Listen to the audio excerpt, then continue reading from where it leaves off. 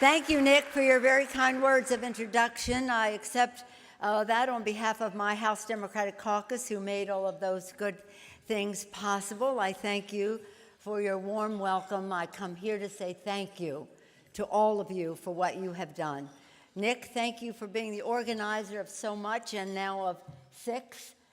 SiX gives us hope for how we go forward, and I'll talk about that now. So thank you all to SiX.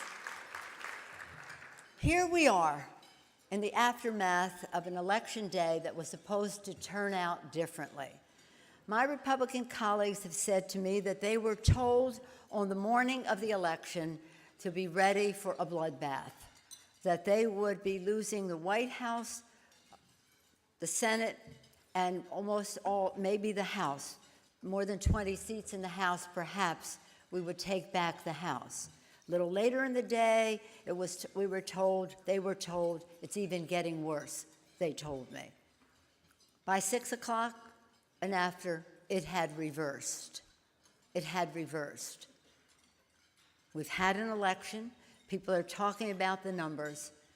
They're saying, oh, it's a rejection of what we stand for. We went too far this way or that way. Let us remember, Hillary Clinton won the popular vote by over 2 million votes, perhaps even more than that. The problem is not that she didn't win the popular vote. The problem is how the districts across the country are aligned, and I'm going to spend a little time on that. But not before saying we all have to examine our role in all of it and see what a party that exists for working families in our country, that fights for increasing the minimum wage, wages, benefits, working conditions, and all the rest is our life. That we fight in Washington against initiatives that would destroy collective bargaining, OSHA, NLRB, and the rest of that. That our fight for all of that was not clearly understood. We did not, let's take responsibility to communicate that well enough to America's working families. And many of those people voted really against their economic issue, own economic interest.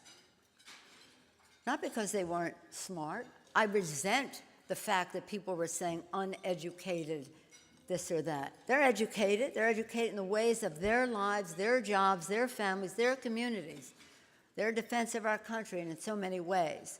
So somehow or other, this division happened that shouldn't have, because frankly, what the Republicans have in store for America's working families is not a good thing for them or for our country. The fact that people say, well, we didn't pay enough attention to workers, we were spending too much time on other issues. No, this is about workers, all workers, all workers. Not just white, blue-collar workers, yes, but all workers in the Hispanic community, the Black community, the Latino community, Asian Pacific, all were LGBT, as was mentioned. So when we're coming together, the House Democrats, to talk about how we design, construct, and communicate our message, we want to be in very, very close touch with you. For us to be strategic, we must be unified and unrelenting in how we convey that message and remove all doubt. Never again will we go into an election where there's any doubt in anybody's mind as whose side are we on when it comes to America's working families. I thank all of you for what you have done in your states to raise the minimum wage, to promote gun safety, and so many other issues, paid family leave and the rest. I know none of my Californians are here because they are voting, but to all of you in your states where you have been making the fight, many cases succeeding, thank you. Thank you for being there for our country, because it's not only for these families, it's for our sense of community and who we are. Now, there's so many things we can talk about the election, about this issue, that issue, but I just want to have this exchange with you that I hope will stir some hope. And that is, I remember when I was very young and in school, when John F. Kennedy was elected president, people said, this is going to draw all of the talent from the states to be in his administration. And it did, in many cases, it did. But this is another completely two more eras since then. And if there's any opportunity that we see, it's that without having the White House, although we do anything to have the White House, though we're not having the White House, so much talent that would have come to D.C., so much talent that would have stayed in D.C. is now ready for the fights in the states. I hear from these people, they're like, where do we go? I said, well, the first place you go is to redistricting, because this is absolutely essential. We'll be working with all of you and with the governors. We know our commonality of interest. We can't wait 4 years or 2 years. Right now, we have to make the fight on the issues. And as we do so, try to win as many governorships as state houses as possible. You are the pivotal point of success for America's working families. I want you to know that we recognize it. I know that you do. So we'll be working with you in a very organized way, with Democratic governors in a very organized way, with the House, with the Senate, with all of us, to say, what is it that we need to do to protect the American people from the policies that are out there now? When we won the House in 2005 and 2006, around now, right after President Bush won re-election, right around now, people said, don't even bother. You're in for a permanent Republican majority. And we didn't accept that. We did not accept that. So we went down a path that said, we went down a path, they're telling me my time is running out. We went down a path that said, we are going to show the American people what they are doing that is harmful to them. President Bush gave us a gift. He set out to privatize Social Security. And on that principle alone, we made our fight. And then that called attention to the difference between Democrats and Republicans. And then we differentiated every issue down the line. It didn't mean that we didn't cooperate with the president where we could find common ground. It didn't mean that we didn't try to get something done for the American people. We did plenty with President George Bush. A completely different scene than what the Republicans posed to President Obama when they took back the Congress and said the most important thing we can do is to make sure that he does not succeed. So with President Trump, we will do what we did with President Bush, find our common ground where we can, stand our ground where we can't. But we must, because this is not just about issues, this is about values. This is about who we are as a country.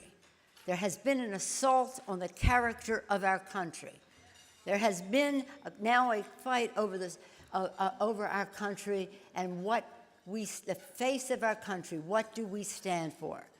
We have founded on the principle of the dignity and worth of every person, liberty, justice for all, and doing so in a way that recognizes that jobs, jobs, jobs are the most dignifying part of so much of that. So what we did then was hit them on that. Now they're giving us Medicare. They want to privatize Medicare. They want to privatize Medicare. It's important for you to know this. They want to take away the guarantee of Medicare. One. In overturning the Affordable Care Act, what they want to do is to say, we're opening up the donut hole again. We're going to increase the cost of prescription drugs. We are going to take away your free checkup. See, they will take, in the Ryan budget, which does all of this, takes $1 trillion over the next 10 years out of Medicaid. Medicaid, 2/3 of Medicaid is for long-term health care.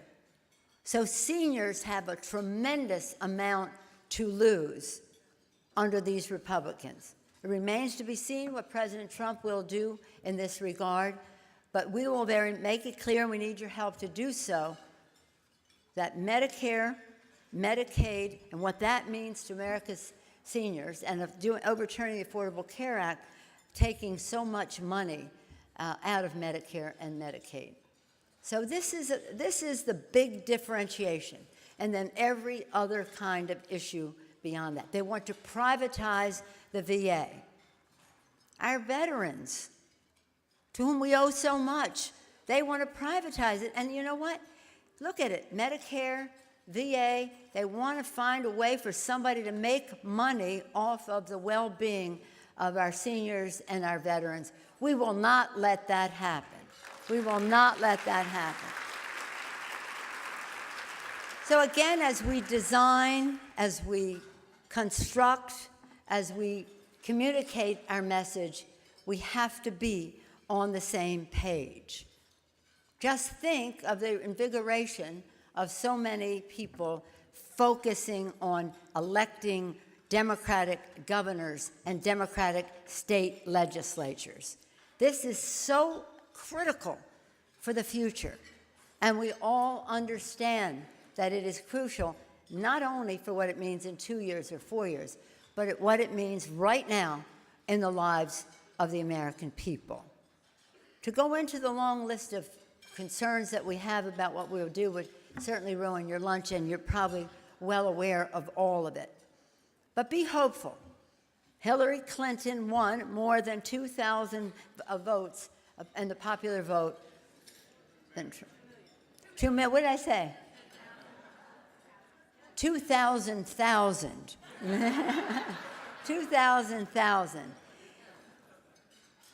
With that, we have to again say, how come we didn't connect? We did in 05 and 06. Communication is so much different now because of the different technologies in 10 years. So we have an urgency. Would you agree it is urgent that we act? Would you agree we have a responsibility to act? Would you agree that we have an opportunity to do great things for our country?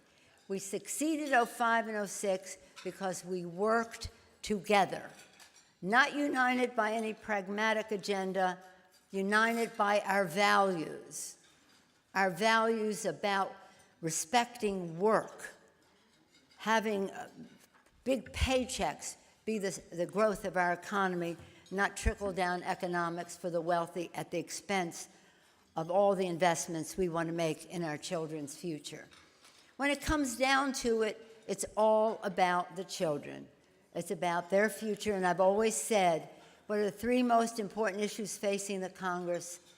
Our children, our children, our children. Their health, their education, the economic security of their families, a healthy environment in which they can thrive, a world at peace in which they can reach their fulfillment.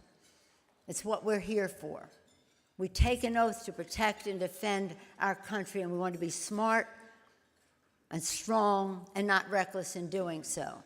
We want to strengthen our economy, and we want to do so in a way that, again, strengthens paychecks so that people can have a home and send their children to college and have a dignified retirement.